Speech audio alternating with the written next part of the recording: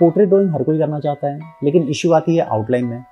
एक रेफरेंस लिया है मैंने, उसमें रेफरेंस लाइन भी बनाया। जैसे सबसे पहले आप देख रहे हो कि आईब्रो, उसके बाद नोज, फिर चिन, उसके बाद फोरहेड। तो ये जो 4 लाइन मैंने बनाए हैं, ये 4 लाइन इंडिकेट करते हैं रेफरेंस में भी कि किस तरीके से कर्व गया हुआ है। और एक मैंने लाइन लिया है नोज के ऊपर, जो कि हम लोग फ्रंट जो फेस होता है उसमें हम स्ट्रेट लाइन लेते हैं, लेकिन यहाँ पे कर्व दिया है। अब यहाँ पे आईब्रो और नोज के बीच में हमें ड्रॉ करना है एक आई लाइन, और यहाँ पे अभी आप देख रहे हो, और नोज और चिन लाइन के बीच में एक आता है लिप्स, जिसमें यूजुअली 4 होते हैं लाइंस, लेकिन हमें एक जो लास्ट लाइन है उसको इग्नोर कर देना है। तो यहाँ पे आ गए अभी ईयर्स के पास। तो ईयर्स जो ड्रॉ करना है आपको, सिंपल एक लाइन ड्राइंग करनी है, क्योंकि क्या है ना कि आपको डायरेक्ट एक आउटलाइन होता है ना, वो नहीं ड्रॉ करना है आपको। जैसे जैसे रेफरेंस में सामने दिख रहा है ना, वैसे वैसे आप ड्रॉ करो। रिफाइन तो होता रहेगा, क्योंकि हमें जो आउटलाइन कर रहे हैं ना, आउटलाइन ये फ्री हैंड है। आपका स्किल जो है ना हमेशा ही इम्प्रूव होगा फ्री हैंड में। अगर आप ग्राफ के थ्रू जाते हो या ग्रिड लाइन से बनाते हो, तो एक परफेक्शन जो होती है वो हमेशा मेंटेन रहती है। 10 साल के बाद भी उतना ही परफेक्शन लाइन होगा, परफेक्ट होगा। लेकिन अब भी जो आप बना रहे हो ना यहाँ पे, लेकिन उसमें जो ग्रिड लाइन जो आप बनाओगे ना, उसमें कोई आपका स्किल डेवलप नहीं होता है। स्किल डेवलप होता है यहाँ पे कि आप कितना % तक मैच कर लेते हो, ये डिपेंड करता है। तो जैसे जैसे आपको दिख रहा है ना, वैसे वैसे आप ड्रॉ कर रहे हो। इसमें आपको ना लाइंस के थ्रू जाते हो, ऑब्जर्वेशन आपका बढ़ता है, और जैसे जैसे स्ट्रक्चर बना हुआ है रेफरेंस में, आप बगल में रख के बना सकते हो ऐसे, क्योंकि एक अच्छा टेक्निक है, क्योंकि इससे आपका ऑब्जर्वेशन बढ़ता है। चीज़ों को आप बार बार देखते हो, जैसे नोज को देखते हो, तो आपका एक जो फील है, लुक है, वो आपके माइंड में चला जाता है। आप कभी भी ना उसको हमेशा आपको देखने की भी ज़रूरत नहीं पड़ती। तो मैं हमेशा ही प्रेफर करता हूँ कि आप फ्री हैंड ड्राइंग कीजिए और हर एक अपना टेक्निक खुद बनाइए। जैसे मुझे यहाँ पे आई के लिए दिख रहा है ना कि कर्व लाइन मैंने एक ड्रॉ किया दोनों आई के लिए, तो ऐसा कुछ आप कर सकते हो। क्योंकि ये जो स्मार्ट वर्क जो है ना, अभी ड्राइंग में आप जितना ज़्यादा करोगे ना, एक तो टाइम बचेगा आपका और आउटपुट भी अच्छा होगा, क्योंकि आप बहुत ज़्यादा यूज टू होगे, आप कंफर्टेबल होगे उस टेक्निक से। तो वो टेक्निक ढूंढना पड़ेगा आपको। इसके लिए मैंने कई सारे टेक्निक बनाए हैं, और मेरे चैनल पे जाके आप मोबाइल के थ्रू देख सकते हो कि आउटलाइन कैसे मैंने बनाया है। अभी आईपैड देख रहे हो, आईपैड से कैसे बना सकते हैं, रेफरेंस फ़ोटो लेके कैसे बना सकते हैं, सेम साइज़ का, छोटे साइज़ का, सब मैंने बना के रखा हुआ है। आप मेरे चैनल पे जाके देख सकते हो। और जितना मैंने आपको बताया ना कि ये जो अभी आउटलाइन ड्रॉ कर रहा हूँ मैं, तो ये रिफाइन प्रोसेस चलता रहेगा और शेडिंग के टाइम पे भी चलेगा। जब भी आप ड्राइंग करते हो ना, तो एवरी हाफ एन आवर के बाद आप थोड़ा रेस्ट लो, 5 मिनट्स का ब्रेक लो। उससे क्या होगा ना, जब वापस आओगे, जब आप देखोगे अपनी आर्ट वर्क को ना, तो आपको पता चलेगा कुछ गलतियाँ मुझे दिख रही हैं। यहाँ पे मैंने भी ब्रेक लिया है, और हर एक हाफ एन आवर के बाद ना आपको पता चलता है कि हाँ, आप सही जा रहे हो या गलत जा रहे हो। तो यहाँ पे मैंने क्या किया ना कि जितना भी आउटलाइन मैंने बनाया, अभी उसको नीडेबल इरेजर से उसको इरेज किया है। और लेकिन हाँ, ये आपको दिखना चाहिए, क्योंकि अभी क्या करना है ना कि हमें एक सिंगल लाइन ड्रॉ करना है। अभी तो हम लोगों ने जितने भी, जब हम लाइन ड्राइंग करते हैं ना, तो मल्टीपल लाइन्स बनते हैं। तो यहाँ पे 2B पेंसिल लिया है यहाँ पे, और उसको वेल शार्पन होना चाहिए, जिससे कि आपको एक शार्प लाइन बनाओ। शेडिंग तो हम बाद में करेंगे, और ये जो शेडिंग होगी ना, थोड़ी यूनिक होगी, और यूजुअली हम लोग करते नहीं हैं। इसको कहते हैं हम लोग हैचिंग। हैचिंग के थ्रू हम लोग शेडिंग करने वाले हैं यहाँ पे। सबसे पहले तो हमें स्ट्रक्चर बना लेना है यहाँ पे।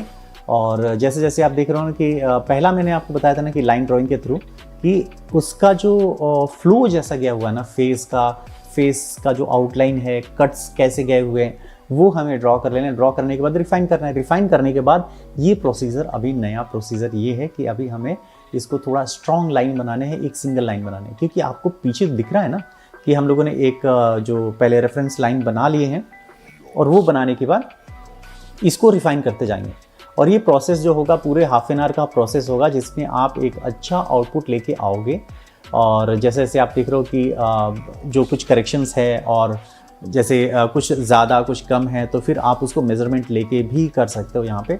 तो ये कुछ चीज़ें हैं जो हमेशा ही ध्यान में रखनी चाहिए कि आप रेफरेंस को हमेशा देखते रहो और थोड़ा ब्रेक भी लिया करो। और जब भी आप ब्रेक लोगे ना, तो कुछ ना कुछ आपको डिफरेंस तो ज़रूर दिखेगा। और इस तरीके से ये मेरा एक टेक्निक है, और मुझे ये कंफर्टेबल है। इसलिए लगता है कि मुझे एक हमेशा ही रिव्यू लेने की ज़रूरत नहीं पड़ती है। सेल्फ असेसमेंट जो होता है ना, अगर आप करोगे ना, तो आपकी जो ड्राइंग होगी इम्प्रूव तो होगी ही, आपका स्किल भी डेवलप होगा, और आप ना चीज़ों को पकड़ने लगोगे कि हाँ कहाँ पे गलत हो रहा है, कहाँ पे सही हो रहा है। जैसे हेयर में अभी आपने देखा तो वहाँ पे मुझे लगा था कि हाँ थोड़ा सा जो हाइट है ज़्यादा है, वो मैंने वहाँ पे कम किया। अब यहाँ पे स्टार्ट हो चुकी है थोड़ी सी हैचिंग। अभी शेडिंग जो है ना, शेडिंग क्या होता है, इसमें आपको ना शेडो दिखाना होता है। इसमें जो हमेशा ही कहता हूँ मैं कि लाइटिंग, टेक्सचरिंग, शेडो, ये सब जो है ना, यही एक पोर्ट्रेट को एक अच्छा आपको रियलिस्टिक टच देता है। तो इसके लिए देखो, अभी शेडिंग जो है, शेडिंग कई तरीके की होती है। टोनल शेडिंग आपको बता चुका हूँ मैं, हैचिंग, क्रॉस हैचिंग और स्क्रिबलिंग टेक्निक। तो यहाँ पे जो हम लोग करने वाले हैं हैचिंग। हैचिंग मतलब कि कोई भी डायरेक्शन में आप एक लाइन बनाओ और जिससे कि आपको एक शेडिंग आए। शेडिंग मतलब कि एक शेडो क्रिएट हो जहाँ पे आपको लगे कि डेप्थ आ रहा है। वो डेप्थ जो है, जहाँ पे आपको डेप्थ देना है वहाँ पे आप लाइन जो बना रहे हो ना, थोड़ा सा डार्क रखो, उसको रिपीट कर दो लाइन को, तो ऑटोमेटिक डार्क हो जाएगा। जैसे यहाँ पे देख रहे हो अभी, तो मैंने क्या किया, यहाँ पे हेयर का जो शेडो है वहाँ पे फेस पे आ रहा है, आइज़ के पास आ रहा है ना, तो मैंने वहाँ पे उसको मल्टीपल लाइन्स बना दिए हैं। तो वो ऑटोमेटिक आपको एक डार्क टोन वहाँ पे दिख जाएगा।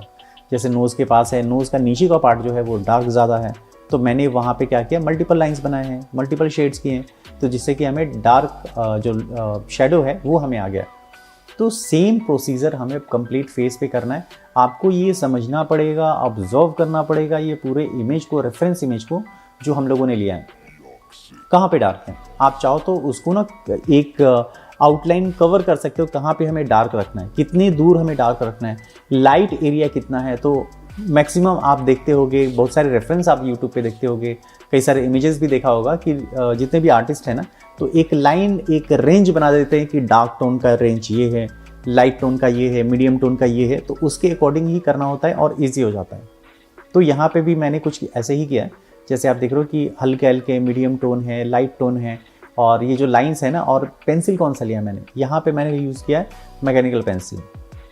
आप अपने पास जो भी अवेलेबल हो ना, मैकेनिकल पेंसिल ले सकते हो। मैकेनिकल पेंसिल क्यों यूज़ करते हैं, इसलिए कि जब भी हम 2B, 6B, 4B, 8B जो भी हम ग्रेफाइट पेंसिल यूज़ करते हैं ना, तो उसकी जो थिकनेस बड़ी होती है, और शार्प तो कर देते हैं हम लोग, लेकिन धीरे धीरे जैसे जैसे हम लोग बनाते हैं ना, तो घिसते घिसते वो राउंड होने लगती है और एक जो थिकनेस होती है वो मोटा हो जाता है और ज़्यादा थिक हो जाता है, तो हमें वो आउटपुट नहीं मिल पाता है। मैकेनिकल पेंसिल में कांस्टेंट एक ही रहता है, 0.5 हो, 0.3 हो, 0.7 हो, कई सारे वेरिएंट आते हैं, आप उसमें से कोई भी एक यूज़ कर सकते हो। आप अकॉर्डिंग टू आपकी जो साइज़ क्या है, जैसे A4 साइज़ का हम लोगों ने यहाँ पे लिया, तो यहाँ पे 0.5, 0.3 आप यूज़ कर सकते हो यहाँ पे। और शेडो कैसे दिखाना है, जैसे आप देख रहे हो कि यहाँ पे शेडिंग जो है फेस पे जितने भी ब्लैक एरियाज़ हैं, ब्लैक मीन्स की डार्क एरियाज़ हैं ना, वहाँ पे हम दिखा सकते हैं कैसे, लाइंस के थ्रू। ये आपको ना पहले बहुत बेसिक मैंने बताए हैं, बेसिक वार्म अप्स ना, आप जितना करोगे ना वो बेनिफिट होगा। आपको हमेशा छोड़ नहीं देना उसको, वो जो basic warm up class 1, class 2, class 3 में बताया था मैंने, वो हमेशा ही करना है, वही बेनिफिट मिलेगा आपको। ये जो लाइन मैं बना रहा हूँ